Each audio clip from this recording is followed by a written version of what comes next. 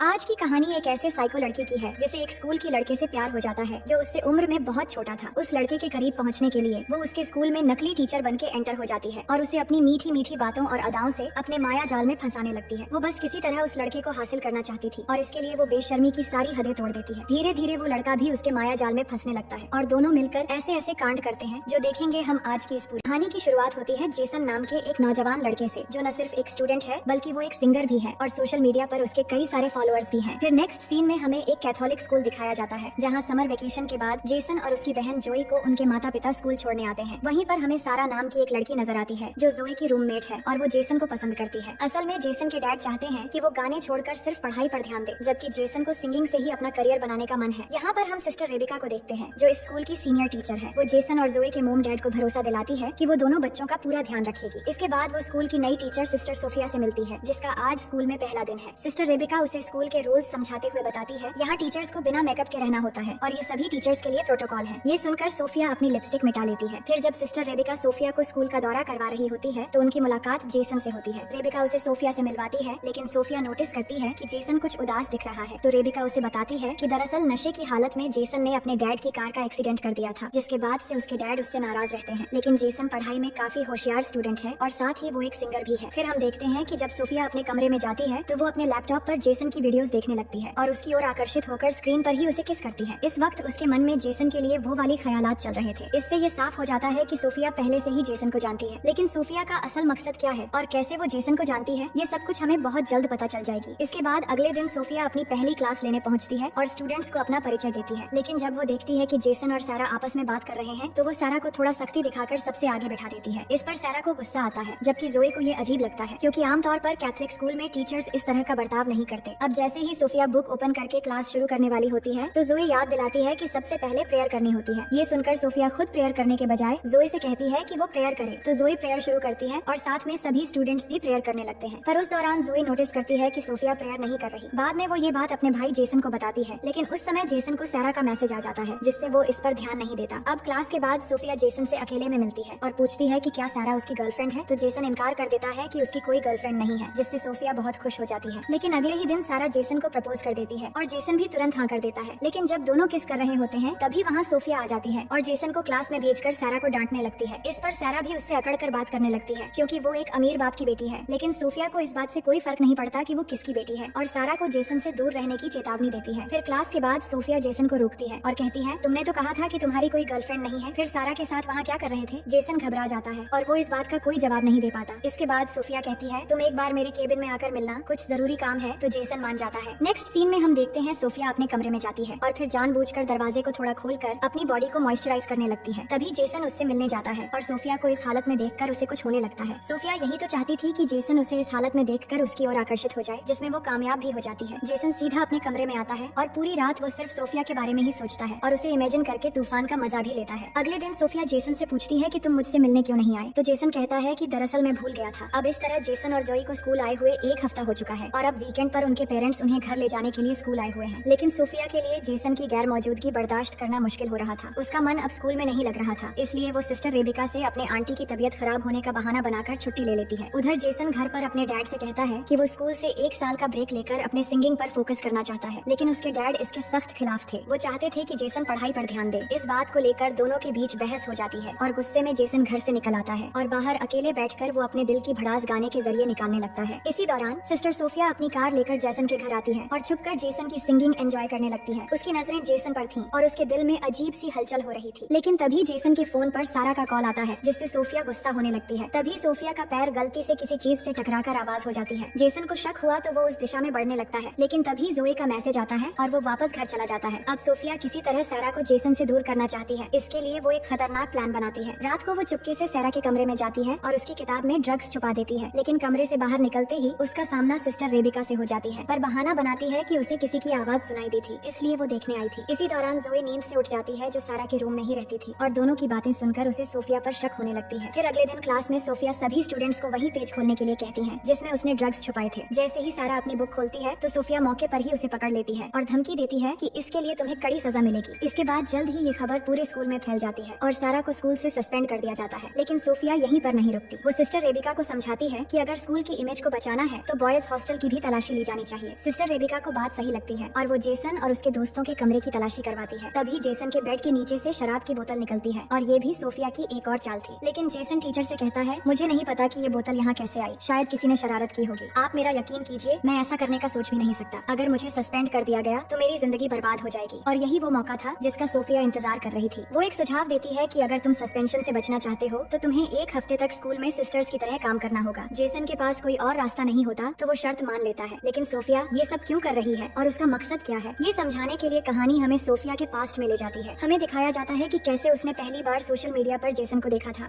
उसकी आवाज और गाने सुनकर वो दीवाना हो गई थी और जेसन तक पहुंचने के लिए उसने सोफिया नाम की एक सिस्टर जो उसी कैथलिक स्कूल में ट्रांसफर होने वाली थी, उसे ठिकाने लगाकर उसकी जगह सारे डॉक्यूमेंट्स चेंज करके खुद सिस्टर सोफिया बनकर स्कूल में एंटर हो गई। अब कहानी प्रेजेंट में आती है जहाँ पर जेसन पनिशमेंट के तौर पर स्कूल के बगीचे में पौधे लगा रहा था। तभी सोफिया वहाँ आती है और उसकी मदद करने के बहाने उसे अपनी तरफ आकर्षित करने की कोशिश करने लगती है। वो बस किसी तरह जेसन को हासिल करना चाहती थी और इसके लिए वो बेशर्मी की इस हद तक आ पहुंची है। जोई दूर से ये सब देख रही थी और सोफिया की ये हरकतें उसे अजीब लग रही थी। फिर आगे देखते हैं कि रात के अंधेरे में जब सब सो रहे थे तो सोफिया चुपके से जेसन के कमरे में आ जाती है। अंदर आते ही अपना फोन रिकॉर्डिंग मोड में रखकर धीरे धीरे अपना नेकलेस उतारती है। तभी जेसन की नींद खुलती है और सोफिया को देखकर वो हैरान हो जाता है। लेकिन सोफिया अपनी अदाओं से उसे बहकाना शुरू कर देती है और उसके करीब जाकर किस करने लगती है। जेसन अंदर ही अंदर डर रहा था कि ऐसा करना पाप है, लेकिन सोफिया उसे समझाने लगती है कि डरो मत, कुछ नहीं होगा और ये हम दोनों के अलावा और कोई नहीं जान पाएगा। जेसन कहता है, मैं ये नहीं कर सकता, ये गलत है। लेकिन सोफिया उससे मीठी मीठी बातें करने लगती है और उसे रिक्वेस्ट करने लगती है। उसकी बातें सुनकर जेसन भी बेकाबू होने लगता है और इस तरह से सोफिया अपने मिशन में कामयाब हो जाती है। फिर अगले दिन जेसन को इस गलती का एहसास होता है, इसलिए वो चर्च जाके अपने गुनाहों की माफी मांगने की सोचता है। लेकिन वो जब जा रहा था तभी सोफिया उसके पास आती है और बीती रात के बारे में बातें करने लगती है। जेसन कहता है, हमें ये सब बातें यहाँ नहीं करनी चाहिए, लेकिन सोफिया के मन में तो कुछ और ही चल रहा था। वो उसे रात को उसके कमरे में आने के लिए इनवाइट करती है तो जेसन कहता है, इस बारे में हम बाद में बात करेंगे। ये कहकर वो चर्च में चला जाता है। चर्च पहुंचकर कन्फेशन बॉक्स में बैठकर जैसे ही फादर से माफी मांगने लगता है तभी देखता है कि वहाँ फादर नहीं बल्कि सोफिया है। वो कुछ समझ पाता इससे पहले सोफिया उसे किस करने लगती है और एक बार फिर से दोनों पूरी तरह से बेकाबू होकर तूफान और भूकंप के मजे लेने लगते हैं। अब इस इंसिडेंट को हुए एक हफ्ता बीत चुका होता है और जेसन अपने घर लौट आ गया था। तभी उसे सारा का मैसेज मिलता है जिसमें वो उसे रात की पार्टी में इनवाइट करती है। दूसरी तरफ सोफिया भी स्कूल से निकल रही होती है, लेकिन तभी वो सिस्टर रेबिका को एक फादर से बात करते हुए सुन लेती है। बातचीत में फादर असली सोफिया का जिक्र कर रहे होते हैं, जिससे सोफिया को एहसास होता है कि वो फादर असली सोफिया को पहले से जानते हैं। ये सुनकर वो घबरा जाती है और जल्दी से अपनी कार की तरफ बढ़ती है। लेकिन तभी सिस्टर रेबिका उसे रोककर पूछती है कि वो कहाँ जा रही है, तो सोफिया तुरंत अपनी आंटी की मेडिकल इमरजेंसी का बहाना बनाकर वहाँ से निकल जाती है। अब उसी रात जेसन अपने डैड से कहता है कि वो सारा के घर पार्टी में जाना चाहता है, लेकिन उसके डैड मना कर देते हैं और इस बात से दोनों के बीच बहस हो जाती है। तो गुस्से में आकर जेसन बिना परमिशन के ही पार्टी में चला जाता है, लेकिन सोफिया उसकी हरकतों पर नजर रख रही होती है और चुपचाप उसका पीछा करने लगती है। जेसन पार्टी में पहुंचकर वहाँ काफी ज्यादा शराब पी लेता है, जिसके बाद सारा उसे कमरे में ले जाती है और वहाँ दोनों एक दूसरे को किस करने लगते हैं। लेकिन अचानक जेसन के दिमाग में सोफिया के साथ बिताए हुए पल घूमने लगते हैं, जिससे परेशान होकर वो एक शराब की बोतल उठाता है और बाहर चला जाता है। लेकिन पुलिस उसे सड़क पर खुलेआम शराब पीते हुए पकड़ लेती है। इसी बीच सोफिया वहाँ आकर पुलिस से कहती है कि जेसन एक स्टूडेंट है और स्ट्रेस की वजह से थोड़ा परेशान है, इसलिए पुलिस को उसे छोड़ देना चाहिए। तो उसकी बात सुनकर पुलिस जेसन को नहीं पकड़ती। जेसन अब घर जाने की हालत में नहीं होता तो सोफिया उसे एक होटल के कमरे में ले जाती है। दूसरी तरफ जेसन की मोम उसके डैड को समझाती है कि उन्हें अपने बेटे को उसके मन मुताबिक पैशन को पूरा करने के लिए 1 साल का समय देना चाहिए। कुछ सोचने के बाद जेसन के डैड मान जाते हैं और उसे घर वापस लाने के लिए निकलते हैं। इधर होटल के कमरे में सोफिया धीरे धीरे अपने कपड़े निकालने लगती है ताकि वो फिर जेसन के साथ तूफान और भूकंप के मजे ले सके। लेकिन जेसन को महसूस होता है कि सोफिया हर जगह बस उसका पीछा कर रही है। वो उससे साफ कहता है कि जो कुछ भी उनके बीच हुआ वो सच में एक बहुत बड़ा पाप था और ये सोच सोच कर उसकी परेशानी बढ़ती जा रही है और वो इस रिग्रेट से बाहर नहीं निकल पा रहा है। वो फैसला करता है कि आगे से ऐसा कुछ नहीं होगा। ये सुनकर सोफिया उसे समझाने की कोशिश करती है कि हम दोनों के घर के कंडीशन एक जैसे हैं। तुम्हारे डैड की तरह मेरे डैडी मुझे नहीं समझते और शायद यही वजह है कि हमारी मुलाकात हुई। लेकिन जेसन उसकी किसी भी बात मानने से इनकार कर देता है और उसे कमरे में अकेला छोड़कर चला जाता है। इससे सोफिया को बहुत गुस्सा आता है। उधर जेसन के डैड उसे ढूंढ निकालते हैं और उसे बताते हैं कि उन्होंने शायद उसे जबरदस्ती एक दायरे में बांध कर रखा था और शायद बच्चों को उनके मनपसंद फैशन चूज करने के लिए सपोर्ट करना चाहिए। वो अपनी गलती मानते हैं और उसे एक मौका देने का फैसला करते हैं। फिर अगले दिन जब जेसन और जोई स्कूल जाने के लिए निकलते हैं तो सोफिया वहाँ पहले से मौजूद होती है, पर उन्हें देखकर वो अपनी कार लेकर वहाँ से निकलने लगती है। लेकिन जोई उसकी कार नोटिस कर लेती है और स्कूल पहुंचकर कार को ट्रैक करने की कोशिश करती है। ऑनलाइन जांच करने पर उसे पता चलता है कि वो कार सोफिया के नाम पर रजिस्टर है। ये देखकर जोई को यकीन हो जाता है कि उनके घर के बाहर सोफिया ही थी जो उन पर नजर रख रही थी। इधर जेसन अपने कमरे में पहुंचता है तो उसे सोफिया बेहोश पड़ी मिलती है। ये देखकर वो घबरा जाता है और उसे ऑक्सीजन देकर होश में लाने की कोशिश करता है, लेकिन फिर उसे एहसास होता है कि सोफिया नाटक कर रही थी। इससे जेसन गुस्से में आकर कहता है, मैं अब और बर्दाश्त नहीं करूंगा और फादर से जाकर तुम्हारी कंप्लेंट कर दूंगा। लेकिन सोफिया पर जेसन की धमकी का कोई असर नहीं होता। वो उल्टा कहती है, अगर तुमने मेरे खिलाफ रिपोर्ट की तो मैं भी सबको बता दूंगी कि एक स्टूडेंट होकर तुमने अपनी टीचर के साथ किस तरह का काम किया है। सोच लो, अगर मैं फंसूंगी तो तुम्हें भी कोई नहीं बचा सकता। जेसन समझ जाता है कि वो एक गहरे जाल में फंस चुका है। तभी उसे जोए का फोन आता है जो उसे सोफिया की कार के बारे में बताती है। तो जेसन ये बात उसे किसी को न बताने के लिए कहता है। अब अगले दिन क्लास में प्रेयर के बाद सिस्टर रेबिका सारा को वापस स्कूल में लेकर आती है। ये देखकर सोफिया का गुस्सा 7वें आसमान पर पहुंच जाती है और वो क्लास के बाहर सिस्टर रेबिका को कहने लगती है कि आप सारा के बारे में जानने के बाद भी उसे दोबारा स्कूल में आने की परमिशन कैसे दे सकती हैं? तो रेबिका गुस्से में कहती है, तुम मुझे स्कूल के रूल्स मत सिखाओ, पहले तुम क्लास में प्रेयर करना सीखो। मुझे पता है कि स्कूल में कब क्या करना चाहिए। अब सारा के लौटने की खुशी में जेसन बहुत खुश होकर गाना गा रहा होता है, जबकि सोफिया गुस्से में आकर एकदम पागलों जैसा बर्ताव करने लगती है। फिर नेक्स्ट सीन में देखते हैं कि जब सारा नहा रही होती है तो सोफिया अचानक वहाँ जाकर उसका सिर दीवार से पटक